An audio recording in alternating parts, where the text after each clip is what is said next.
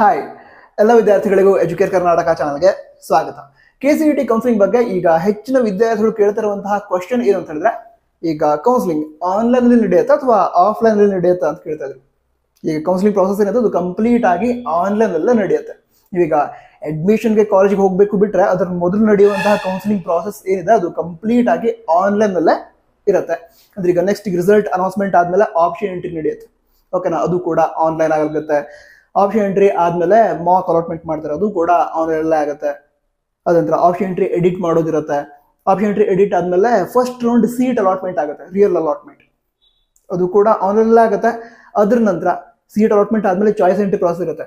ಅದ್ರಲ್ಲಿ ನೀವು choice 1 select ಮಾಡಿದ್ರೆ ಸಿಕ್ಕಿರುವಂತಹ ಕಾಲೇಜ್ ನನಗೆ ಇಷ್ಟ ಇದೆ, ಅಲ್ಲಿ ಹೋಗಿ ಅಡ್ಮಿಷನ್ ಮಾಡ್ತೀನಿ ಅಂತ ಚಾಯ್ಸ್ 1 ಸೆಲೆಕ್ಟ್ ಮಾಡಿದ್ರೆ ಫೀಸ್ ಪೇಮೆಂಟ್ ಪ್ರಾಸೆಸ್ ಏನಿರುತ್ತೆ ಅದು ಕೂಡ ಆನ್ಲೈನ್ಗೂ ಅವಕಾಶ ಇರುತ್ತೆ. ಆಫ್ಲೈನ್ ಬೇಕು ಅಂದ್ರೆ ಆಫ್ಲೈನ್ ಕೂಡ ಮಾಡ್ಕೋಬಹುದು.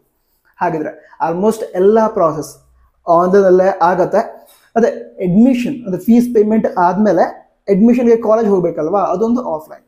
ಕಾಲೇಜ್ ಹೋಗ್ಬೇಕು, ಕಾಲೇಜ್ ಹೋಗಿ ರಿಪೋರ್ಟಿಂಗ್ ಮಾಡ್ಕೊಳ್ಳೋದಿರುತ್ತೆ. ರಿಪೋರ್ಟಿಂಗ್ ಆದ ನಂತರ ಕಾಲೇಜ್ ಸ್ಟಾರ್ಟ್ ಆಗುತ್ತೆ. ಅಂದ್ರೆ ಕಾಲೇಜ್ಗೆ ಇಂಥ ಡೇಟ್ಗೆ ಸ್ಟಾರ್ಟ್ ಆಗುತ್ತೆ ಅಂದ್ರೆ ಡೇಟ್ ಅನೌನ್ಸ್ ಮಾಡ್ತಾರೆ, ಅದ್ರ ನಂತರ ಕಾಲೇಜ್ ಸ್ಟಾರ್ಟ್ ಆಗುತ್ತೆ. ಸೊ ಈಗ option entry, Mach allotment, choice entry, ನಂತರ ಫಸ್ಟ್ ರೌಂಡ್ ಸೀಟ್ ಅಲಾಟ್ಮೆಂಟ್, ಈ ಎಲ್ಲ ಪ್ರಾಸೆಸ್ ಏನಿದೆ ಅದ್ರ ಜೊತೆ second round, second extend round ಎಲ್ಲ ಕೂಡ ಆನ್ಲೈನ್ ಅಲ್ಲೇ ನಡೆಯುತ್ತೆ. ಕೌನ್ಸಿಲಿಂಗ್ ಬಗ್ಗೆ ಮತ್ತೇನೋ ಡೌಟ್ ಇದ್ರೆ ಕನ್ನಡ ತಿಳಿಸಿ, ನಮ್ಮ ವಾಟ್ಸಪ್ ಚಾನಲ್ ಜಾಯ್ನ್ ಆಗಿ.